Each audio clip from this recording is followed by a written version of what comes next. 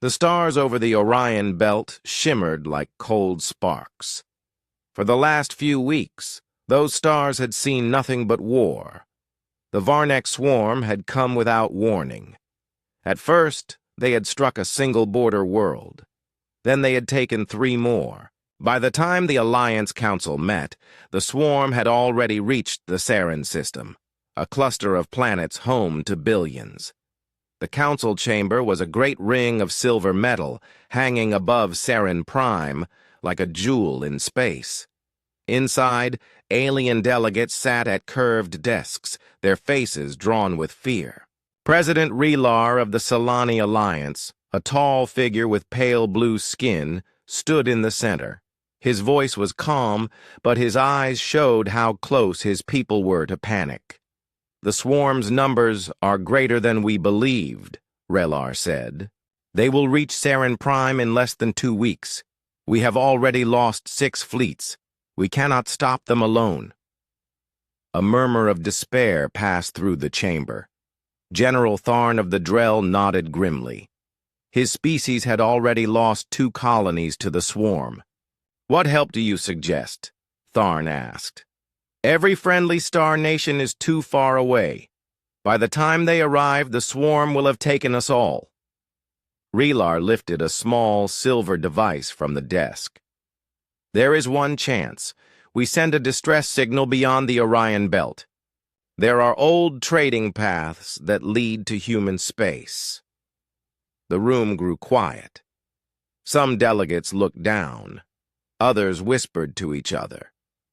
The word human carried a weight. Most in the chamber had heard stories, tales of a dangerous race from a deadly world.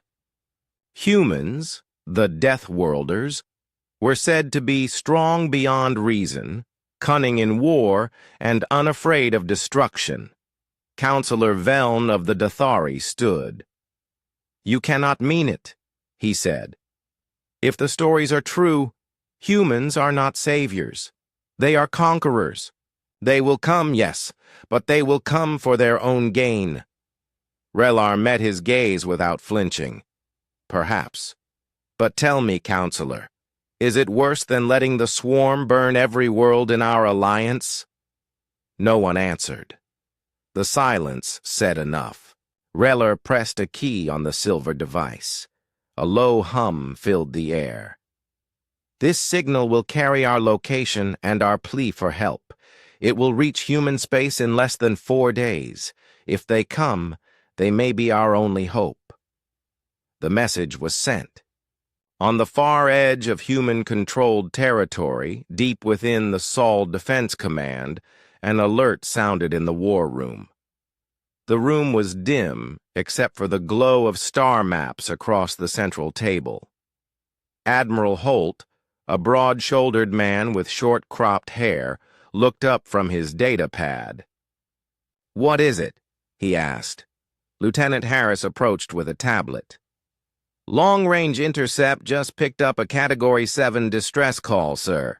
Origin is Sarin Prime, Orion Belt Sector."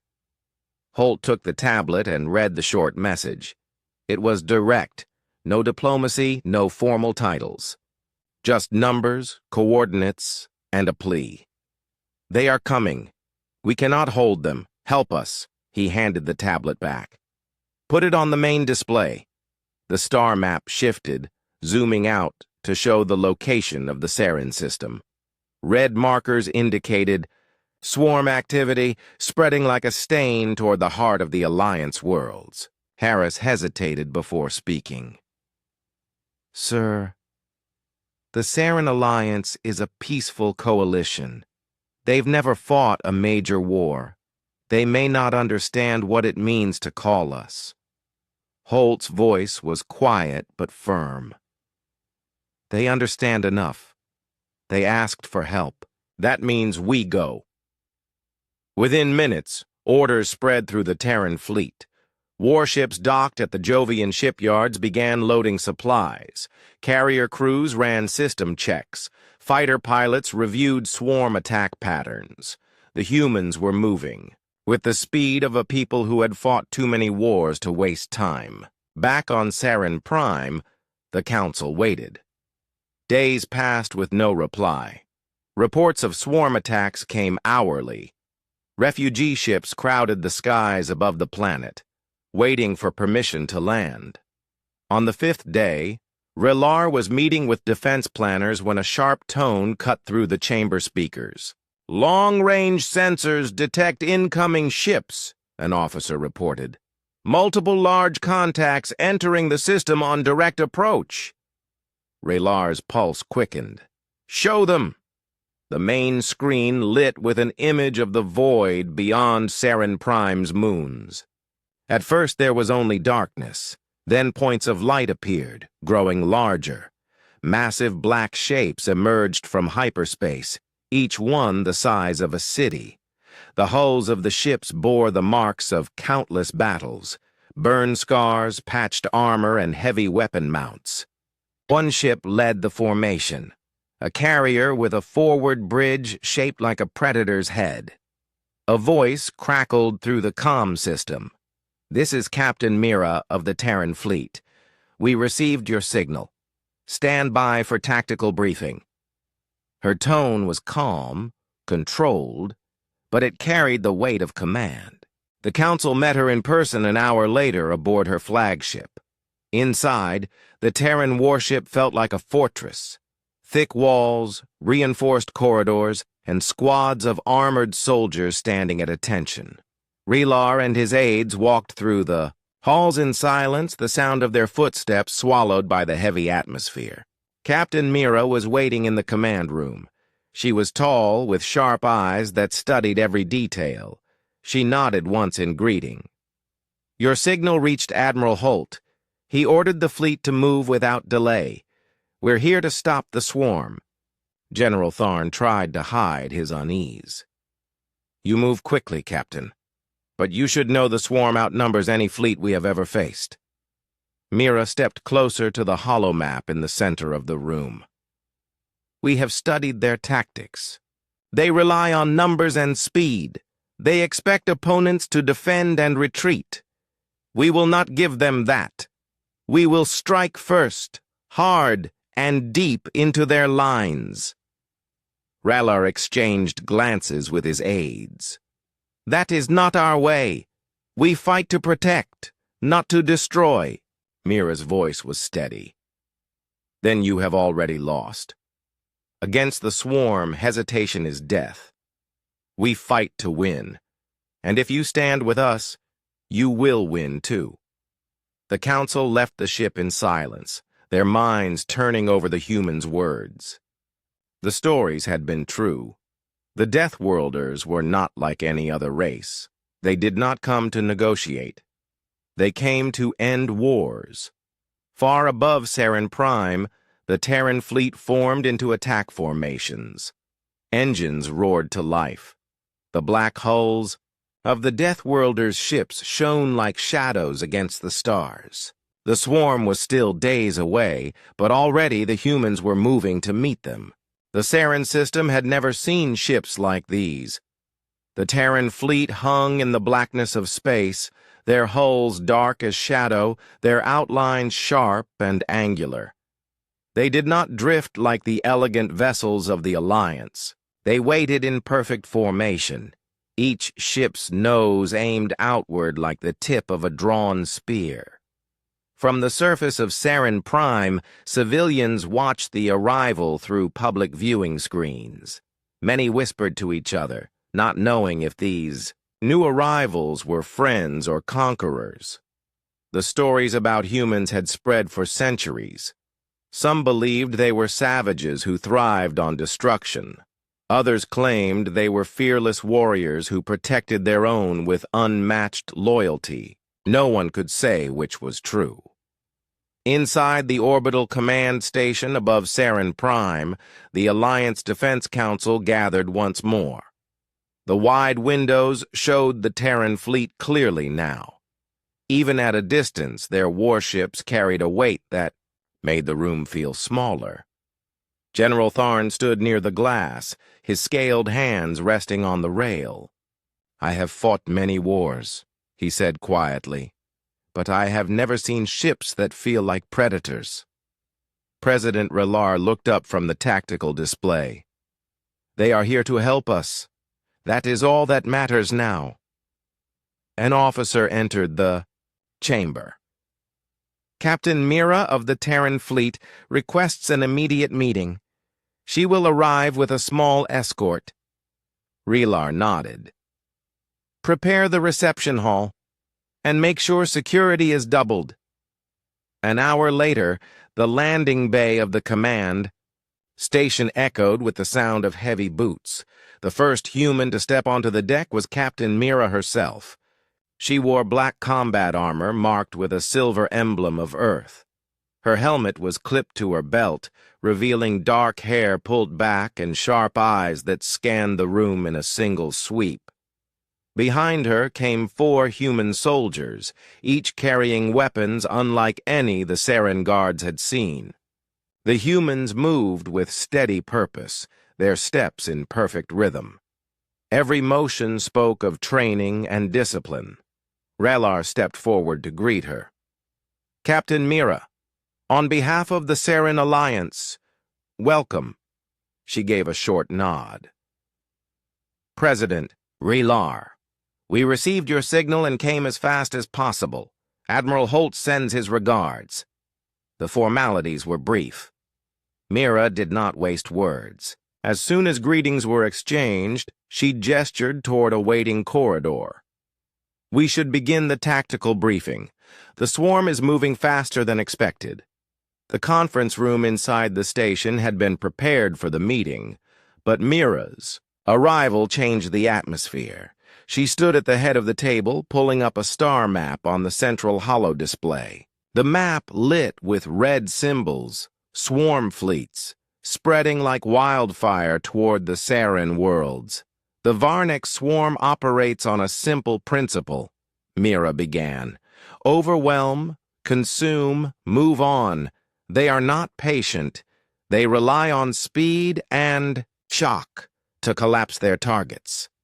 If you give them time to choose the battlefield, you lose. Relar folded his hands. We know their strength. Our fleets have tried to slow them, but they do not stop.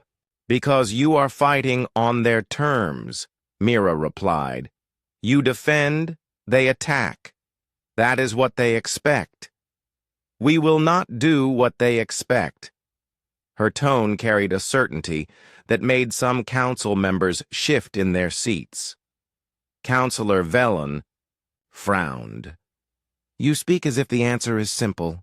The swarm outnumbers your ships 20-1. How will you change the outcome? Mira tapped a section of the holo map. A blue arrow cut deep into swarm territory. We strike first. We hit their supply lines, burn their carriers, and force them to react. They are not used to being hunted. They will break. Murmurs rose around the table. Some voices held interest. Others doubt. General Tharn leaned forward. This is not our way. The Alliance fights to protect, not to destroy. This is not about your way or ours, Mira said firmly. It is about survival. If you want Saren Prime to stand, you must be ready to fight as we do. After the meeting, Relar walked with Mira through the station's long corridors. Through the wide windows, the Terran fleet floated in silence, their black hulls glinting under the system's twin suns. You speak with certainty, Relar said. But I wonder, Captain, do you always fight this way? Mira glanced at the view outside. We come from a world that never forgave weakness. On Earth, the land itself tries to kill you. The storms, the beasts, the hunger. They shape us. We learned that the only way to survive was to face danger head-on. Relar studied her face. The Council will not easily accept such a strategy. They will, Mira replied, because they will see what happens when we fight. While the Council debated, the humans wasted no time. Terran engineers began boarding Alliance ships, installing reinforced armor panels, and fitting new weapon mounts. Alien crews watched in silence as human technicians worked without pause, their hands moving quickly and precisely. In one docking bay, an alien pilot named Rin approached a human weapons specialist. "Your railgun. It fires faster than anything we've seen. How do you keep it from burning out?" The human smiled faintly. "We don't let it stop firing long enough to burn out." The answer spread quickly among the alien crews. The humans had a different way of thinking, relentless, tireless, and unwilling to yield. By the end of the second day, the Terran fleet was integrated with the Alliance defenders. Training drills began at once. Human officers barked orders, moving mixed teams of human and alien crews through combat simulations. At first, the aliens struggled to match the pace. Humans moved with sharp efficiency, making decisions in seconds where others might take minutes. On the third day, the first joint patrol launched toward the edge of the system. A group of human destroyers escorted Alliance frigates to test formation, flying. From the bridge of his ship, Relar watched the humans' precision with growing respect. They did not drift, they did not hesitate, and they never left an opening. That night, the council met again. Reports from the drills had reached them. Even the doubters began to shift in their opinion. Councillor Veln still frowned, but spoke with less certainty. "Their ways are dangerous, but I cannot deny their skill. Perhaps the Deathworlders are what we need." General Tharn looked toward the stars beyond the window. "If they can bring fear to the swarm as they bring fear to us, then we may yet survive." Far above the council chamber, the Terran fleet moved like a shadow across the sky. The humans had arrived, and whether the Saren Alliance liked it or not, the rules of the war had just changed. The war room aboard the Terran flagship Iron Resolve was silent, except for the low hum of the holoprojector. The glowing star map in the center showed the Saren system, the surrounding sectors, and the red lines that marked the Varnek swarms. Advance. Their fleets were spreading like claws through space, pushing closer to Saren Prime every day. Captain Mira stood at the head of the table. Around her were President Relar, General Tharn, and several senior officers from both the Saren Alliance and the Terran fleet. The humans stood straight, their faces focused. The aliens leaned forward in their seats, studying the map with wary eyes. Mira broke the silence. "Our scouts have tracked 3 main swarm fleets in this region. Their supply carriers are here, here, and here." She pointed to 3 points, along the red lines. "They feed the attack ships with fuel, weapons, and replacement drones. Without those carriers, the swarm fleets slow down and lose the ability to strike deep into enemy space." General Tharn tapped the table with a clawed finger. "You suggest we attack their supply ships directly? That would require moving far, into enemy-controlled space." "Exactly," Mira said. "They won't expect it. Your fleets have been reacting to their attacks, not forcing them to react to you. We change that and they lose their momentum." Relar exchanged a look with Tharn. "That is not how the Alliance fights. Our doctrine focuses on protecting our worlds, not taking the fight into enemy territory." Mira's voice stayed calm, but there was steel beneath her words. "That doctrine has already cost you 6 fleets and 4 worlds. If you keep defending, the swarm will keep attacking until there is nothing left to defend." A murmur went through the room. Some alien officers shifted uncomfortably, but others stared at the human captain with growing interest. Admiral Holt stepped forward from the side of the room. His presence carried quiet authority. We learned long ago that waiting for the enemy is a mistake. On Earth, the threats came to us in every form: storms, beasts, rival armies. If we didn't strike first, we didn't survive. That is the Deathworlder way, and it works. Rilar hesitated.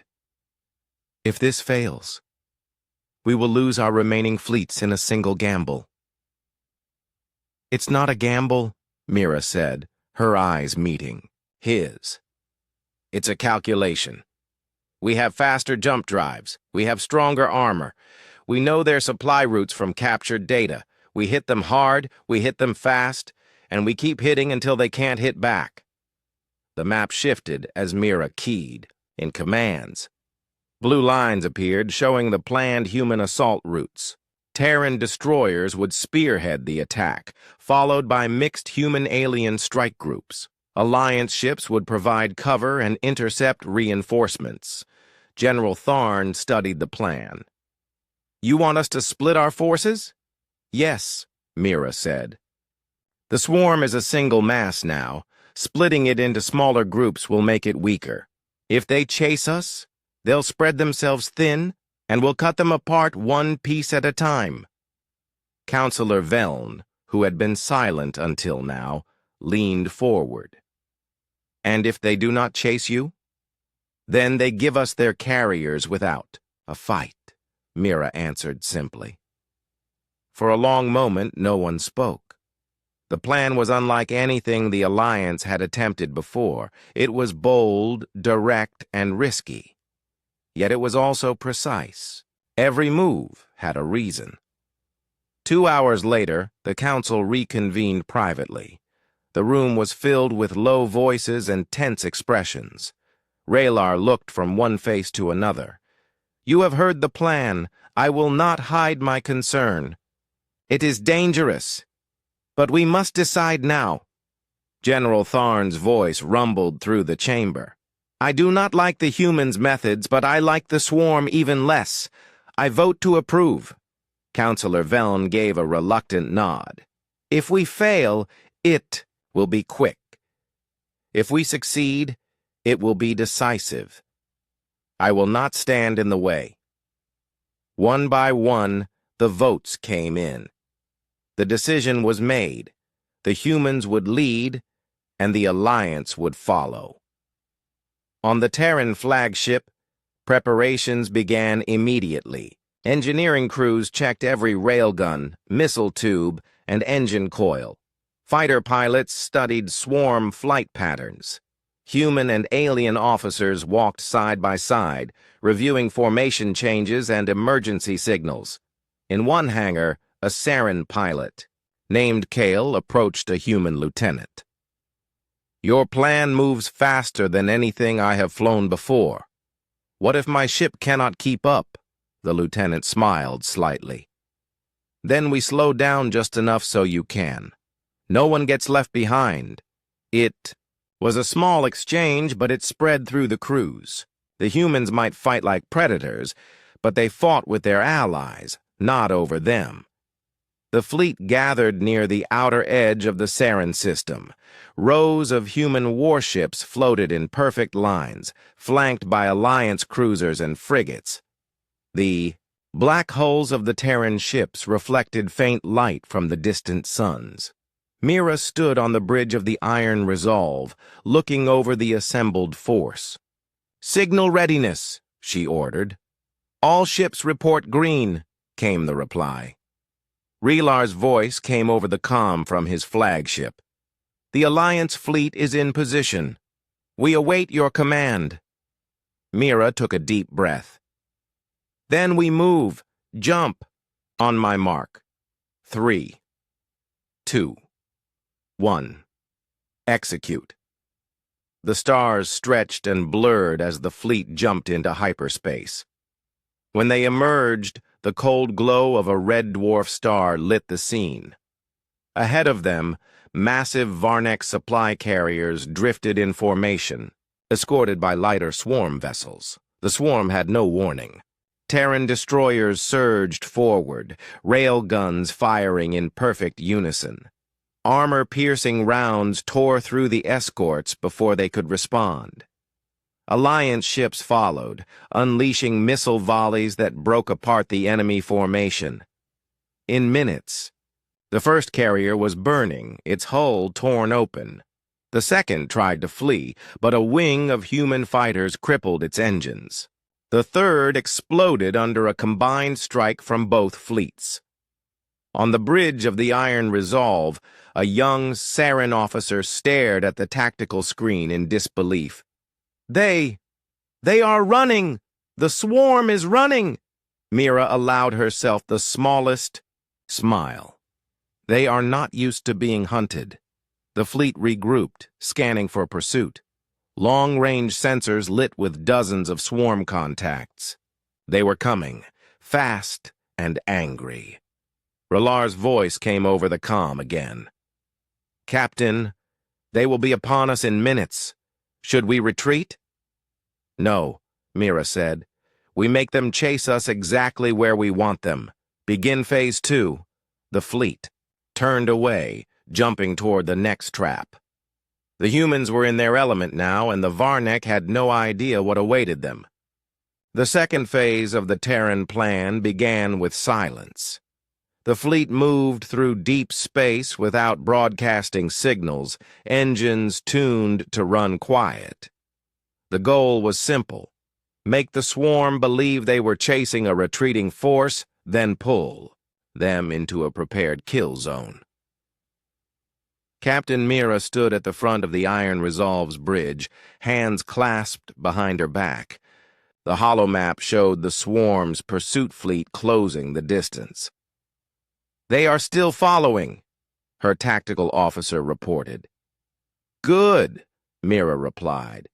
"Keep them just close enough to believe they can catch us, but not close enough to engage." On the comm, Admiral Holt's voice came from the Vigilant Star, another Terran battleship. "Phase 2 will work only if they take the bait fully. If they turn back, we lose the advantage."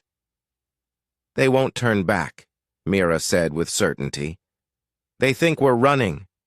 They've never seen humans run for any reason but to draw blood."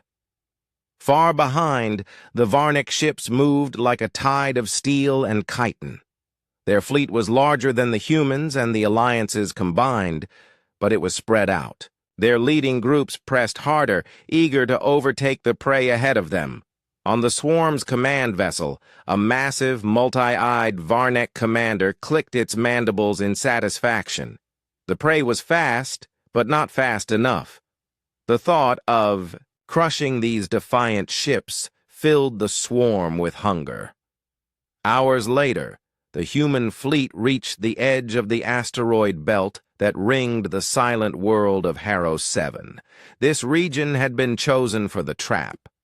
The asteroids were dense, hiding. Mines and gun platforms the humans had deployed in advance using stealth ships.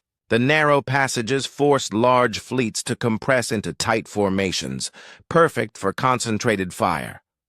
"All ships, enter the belt," Mira ordered. "Keep speed steady. When the swarm follows, we spring it." One by one, the Terran and Alliance ships slipped between the massive rocks, vanishing into the shadows. The asteroids blocked long-range scans, hiding their true positions.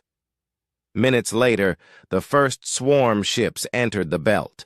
They moved aggressively, their weapons firing blindly at the rocks around them. They didn't know that the humans were already watching from prepared positions. From her command chair, Mira waited. The swarm pushed deeper. The narrow passages forced them into long, thin lines. "Now," she said. The asteroid field lit with sudden fire. Hidden gun platforms powered up, unleashing streams of railgun rounds and missile swarms into the enemy's front ranks. Several Varnek cruisers exploded instantly, their hulls cracking apart under the sudden assault. Terran destroyers shot out from behind cover, their cannons firing in perfect synchronization. Alliance frigates joined in, their newly mounted human railguns cutting through swarm armor. The trap had closed. From the bridge of the Saren flagship, President Relar watched the battle unfold. At first, he could hardly follow the speed of it. Humans did not fight like the Alliance. They struck in short, brutal bursts, each blow meant to cripple or kill. Their ships moved like predators weaving through a herd. This is unlike any battle I have seen, Relar said to his aide. It is why they are called Deathworlders, the aide replied quietly. In the chaos, Captain Mira's voice cut through the comm channels. Target the command ship. If we break their control, the rest will scatter. Her flagship surged forward, shields absorbing stray hits. Railgun rounds from the Iron Resolve hammered into the Varnek command vessel. Its thick armor buckled under the concentrated fire. On the swarm ship, alarms blared. The Varnek commander hissed in anger, ordering its forces to close in on the human flagship. But it was too late.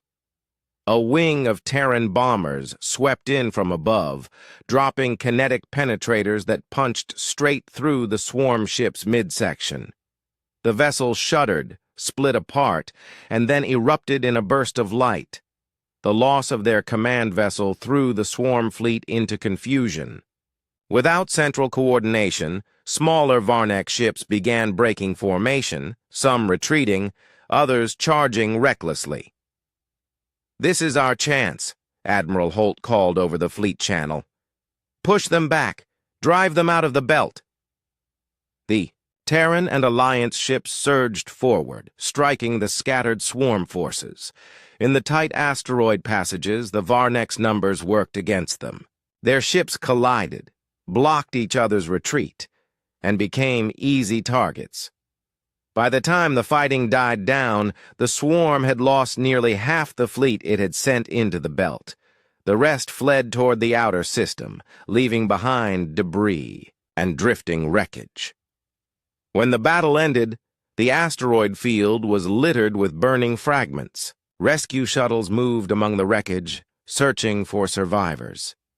On the Iron Resolve, Mira stood at the viewport, watching the cleanup. Relar appeared on the holodisplay from his own ship. I will admit, Captain, I did not think such a strike could succeed, Relar said, but I see now why the swarm fears you. Mira's expression remained calm. They will fear you too, if you keep fighting like this. Today was a battle. The war is not over. Relar nodded. Then we will be ready. That night aboard the Terran flagship, the crew gathered in the mess hall. Human and alien soldiers sat together, sharing food and stories. The victory had given the Alliance something they hadn't felt in months: hope. In one corner, a Saren pilot named Kale spoke to a young human ensign. When your ships charged into the belt, I thought you were mad. Now I think you might be the only ones who know how to win this war. The human grinned. Mad and winning are sometimes the same thing. Far from the battlefield in the swarm's hive-world chambers, the news of the defeat spread quickly. The Varnek Queen's voice echoed through the hive, full of rage. These humans had not only resisted, but had humiliated her forces. Orders went out for the swarm to gather a massive retaliation fleet. If the humans wanted to fight in the fire, then the swarm would bring a firestorm. Back in the Saren system, the Terran fleet began repairs. Armor plates were replaced, ammunition stockpiles refilled, and damaged ships towed back to the main docks. Mira stood over a table in the war room, reviewing the next operation. Admiral Holt entered quietly. The swarm will come back harder, he said. I'm counting on it, Mira replied. Because the next time they come, we won't just beat them, we'll break them. The silence after the last battle was brief. The combined fleet had returned to the Saren system with cheers and relief, but the humans knew better than to think the war was over. Commander Holt stood in the command deck of the flagship Iron, Resolve, watching streams of tactical data scroll across the main screen. The Varnek swarm had retreated, but it was only a step back before a heavier blow. Across the system, alien worlds celebrated the first retreat of their enemy in centuries. On the surface of Saren Prime, the Alliance Council held public speeches praising the humans, calling them saviors. But in the deep reaches of space, beyond the charts, the Varnek were already moving. It was human intelligence drones that picked up the signs first. Small black stealth probes tracked strange bursts of hyperspace activity near the fringe of the Varnek's controlled zone. The readings showed dozens, then hundreds, of swarm ships converging on a single route. Holt knew what it meant before. The analysts confirmed it. The swarm was gathering for a massive strike, and their target was obvious. Saren Prime was the heart of the Alliance. If the swarm destroyed it, every other world would surrender without a fight. "Captain Mira," Holt said over the secure channel, "bring your carrier group to Grid Theta. We'll form a wall before they can reach the system." Mira's voice came steady. "Understood, Commander. If they want Saren, they'll have to go through us." The humans called an emergency council meeting. The alien leaders listened as Holt explained the enemy's movement. Some wanted to fortify the planet's defenses and wait. Others feared that leaving the safety of the home system would spread their forces too thin. Holt's answer was firm. "If you let them come to your gates, they'll break them down. We fight them before they can strike." The plan was set. The fleet would meet the swarm in the asteroid belt between Saren and the outer planets. Human and alien ships would hide among the rocks, waiting for the enemy to pass through the narrow space where their numbers could be reduced. The days leading up to the battle were tense. Crews worked around the clock, repairing damaged hulls and restocking ammunition. Engineers installed new railgun turrets on alien frigates, while human mechanics reinforced Saren battleships with thick armor plating. On the eve of the engagement, Holt stood before the combined crews. "You have all seen what they can do," he said. "You have seen what they fear. Today we show them that retreat was not luck. Today they learn the Deathworlders do not give second chances." When the swarm came, it was like a black tide in the void. Hundreds of sharp-edged ships poured into the belt, their movement as precise as a hive of insects. They did not slow. The first wave surged forward, unaware of the danger waiting for them. The signal came from Holt. "Fire!" From behind the asteroids, the fleet roared to life. Human destroyers unleashed railgun bursts, tearing through the swarm's lead ships.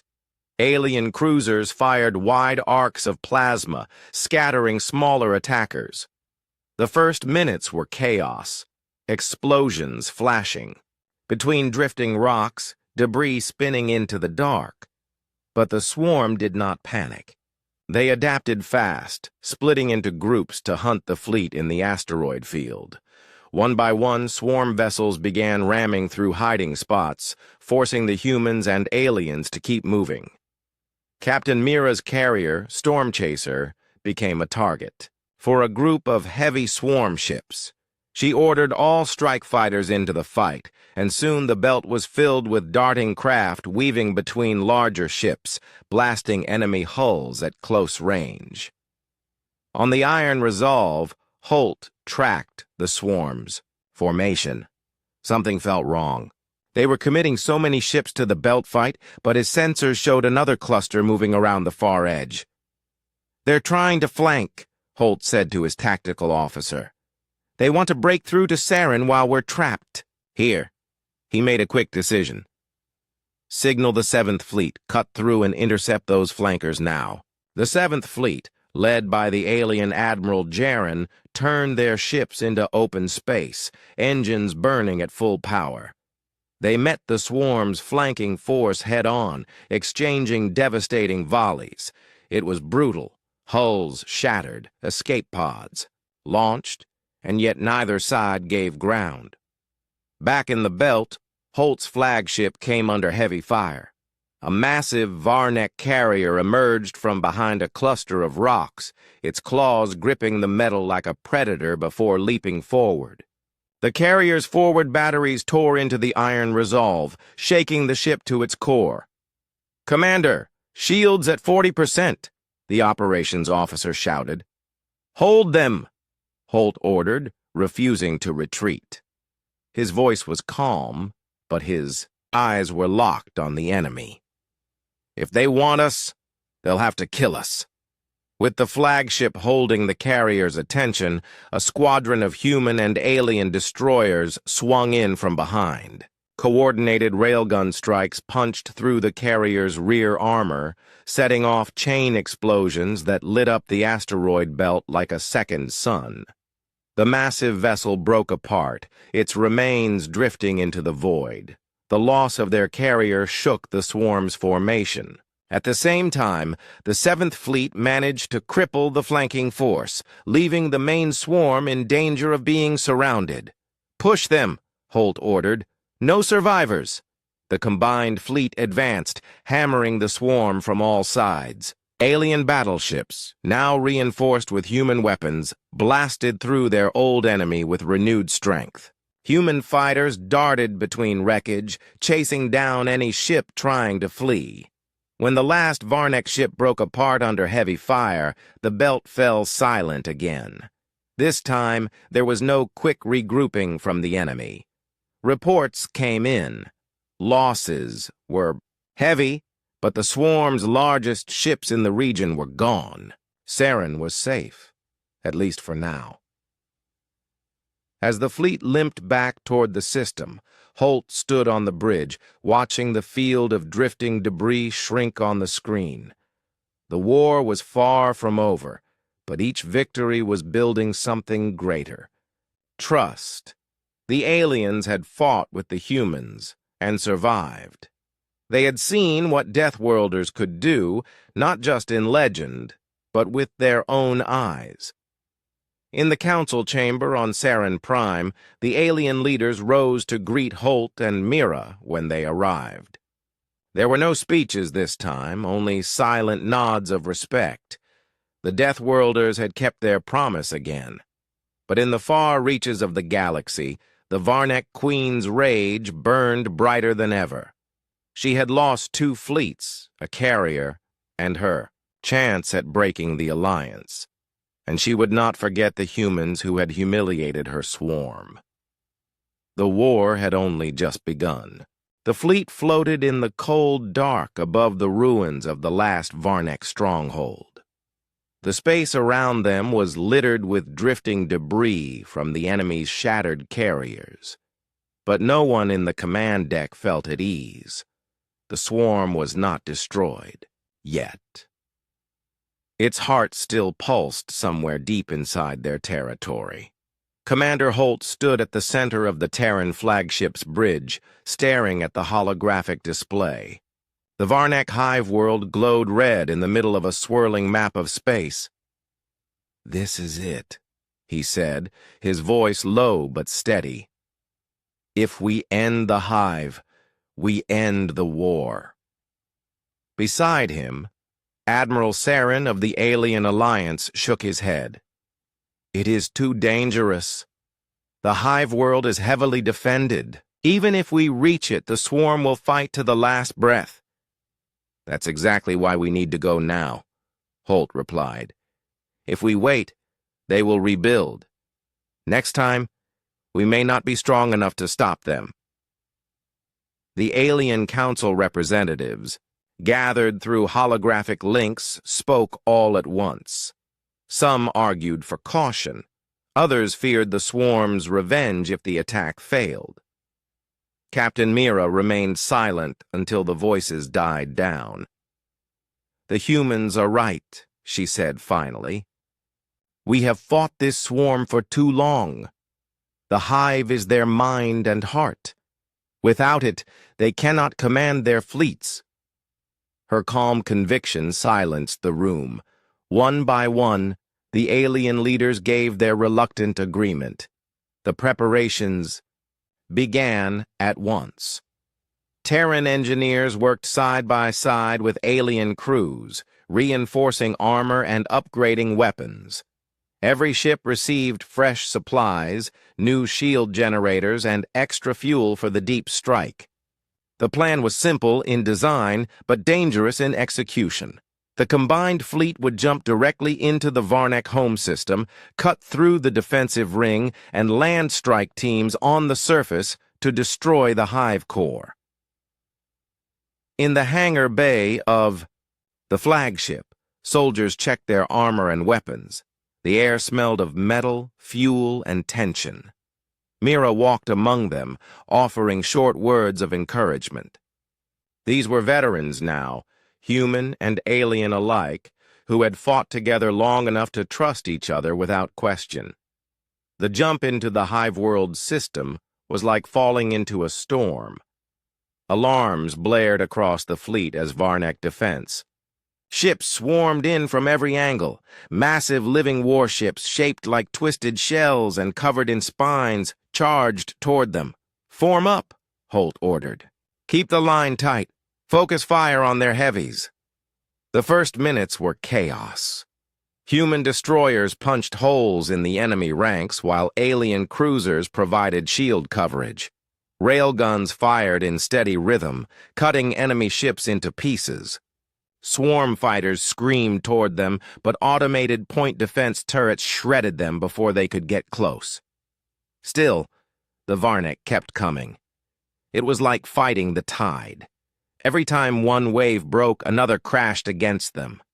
On the bridge, Holt kept his tone calm. "Push forward.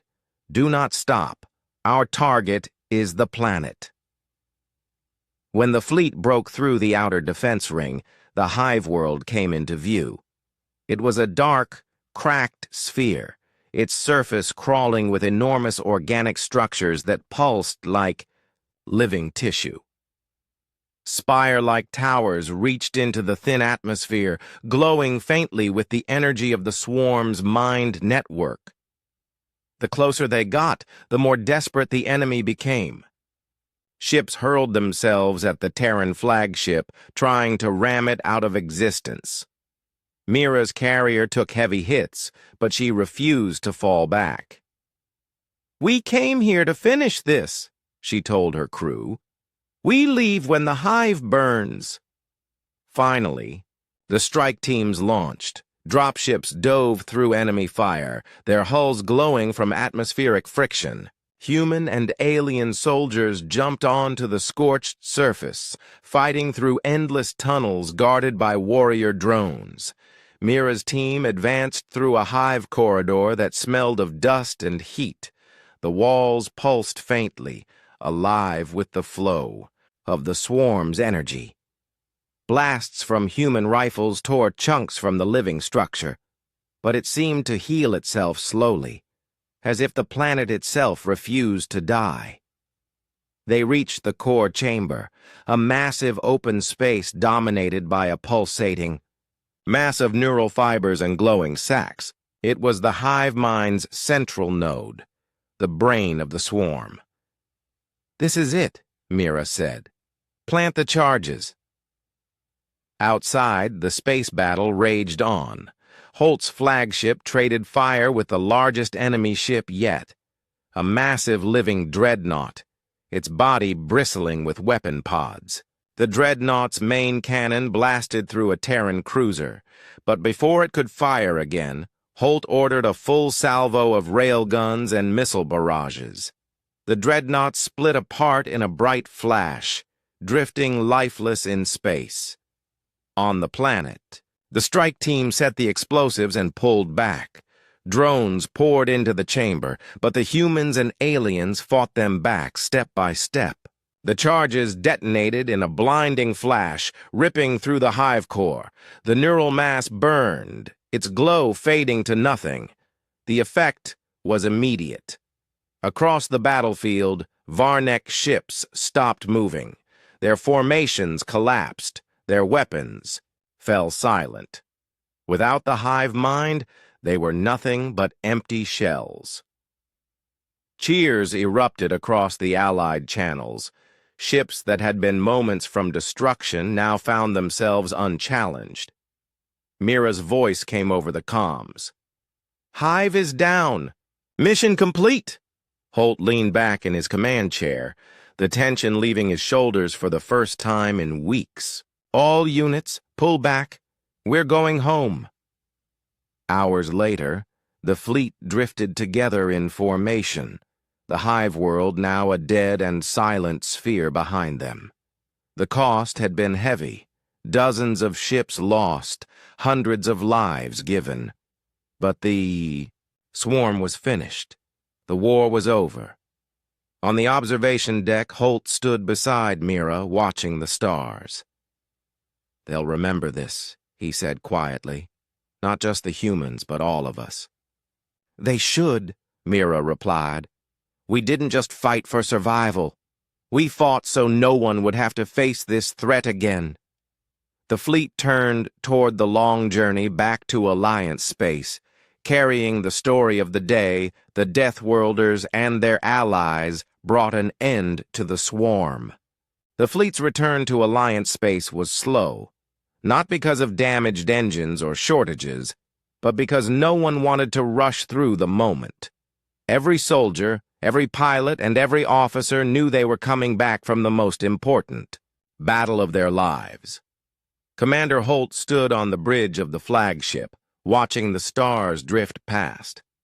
The quiet hum of the ship felt strange after months of constant alarms and battle orders. He had grown so used to war that peace felt almost unreal. Captain Mira entered the bridge, her steps light but steady. "The Council has confirmed it," she said.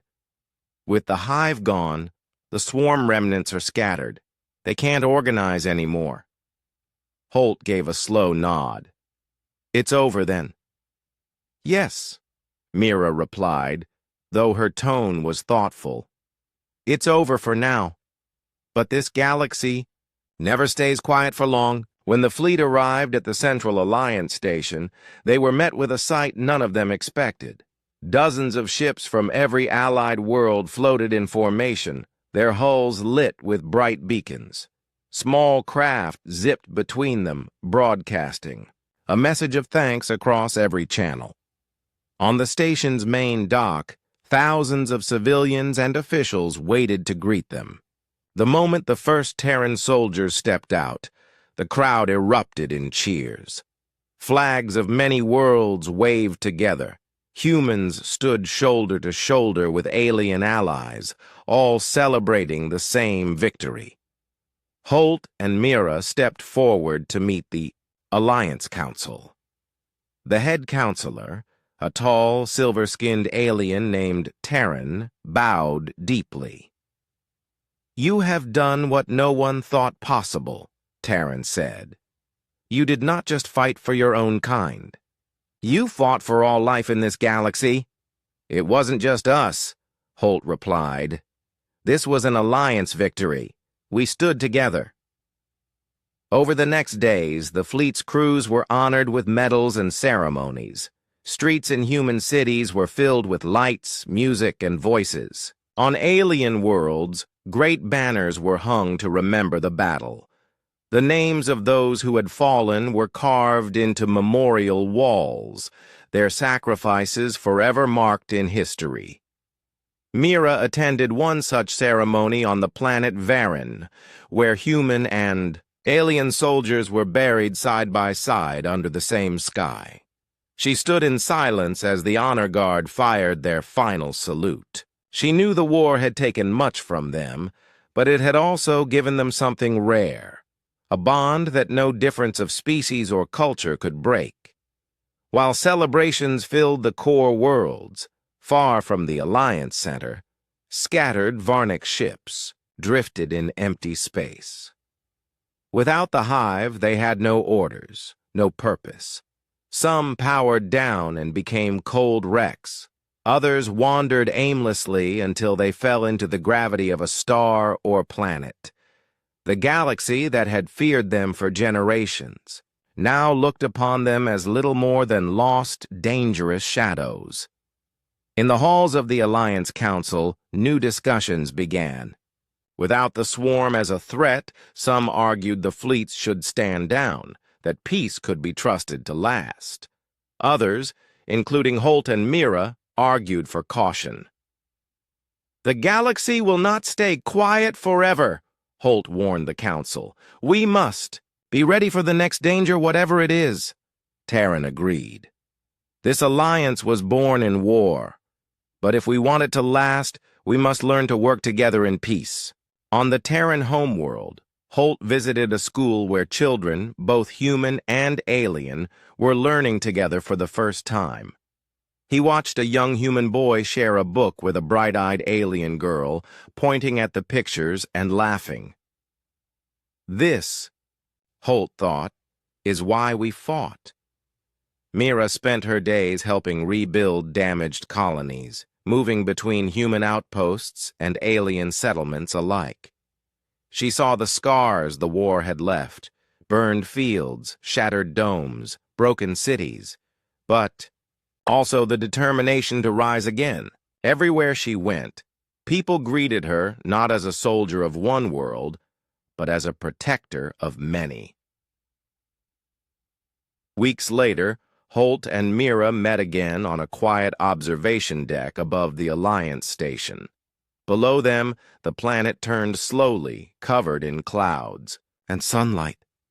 "It feels strange," Mira said, leaning on the railing. "All those battles, all that noise, and now just this silence." Holt nodded. "Peace is the quiet we fought for, but it won't stay forever.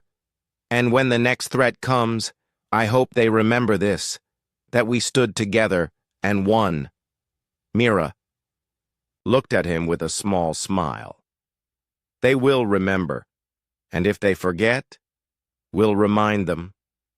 That night, the Council made a final announcement across all Alliance worlds.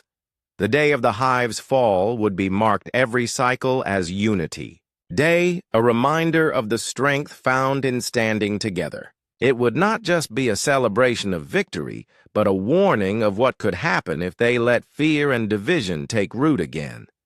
As the message spread through the stars, people on far-flung colonies lit lanterns, raised their flags, and told stories of the battle. Children listened wide-eyed to tales of how humans and aliens, once strangers, had fought side by side to bring down a threat that had seemed unstoppable. Somewhere in deep space, beyond the borders of known systems, old dangers still stirred. New shadows began to take shape in the dark. But for now, the galaxy slept under the light of its many suns, united by the memory of the day they stood as one. And aboard the Terran flagship, now docked and resting, Commander Holt stood alone in the dim glow of the bridge. His eyes traced the star map, noting the empty space where the Hive world had once burned bright with hostile energy. It was gone now, just another dark point in an endless sea of stars. He allowed himself one deep breath, one moment to feel the weight lift from his shoulders.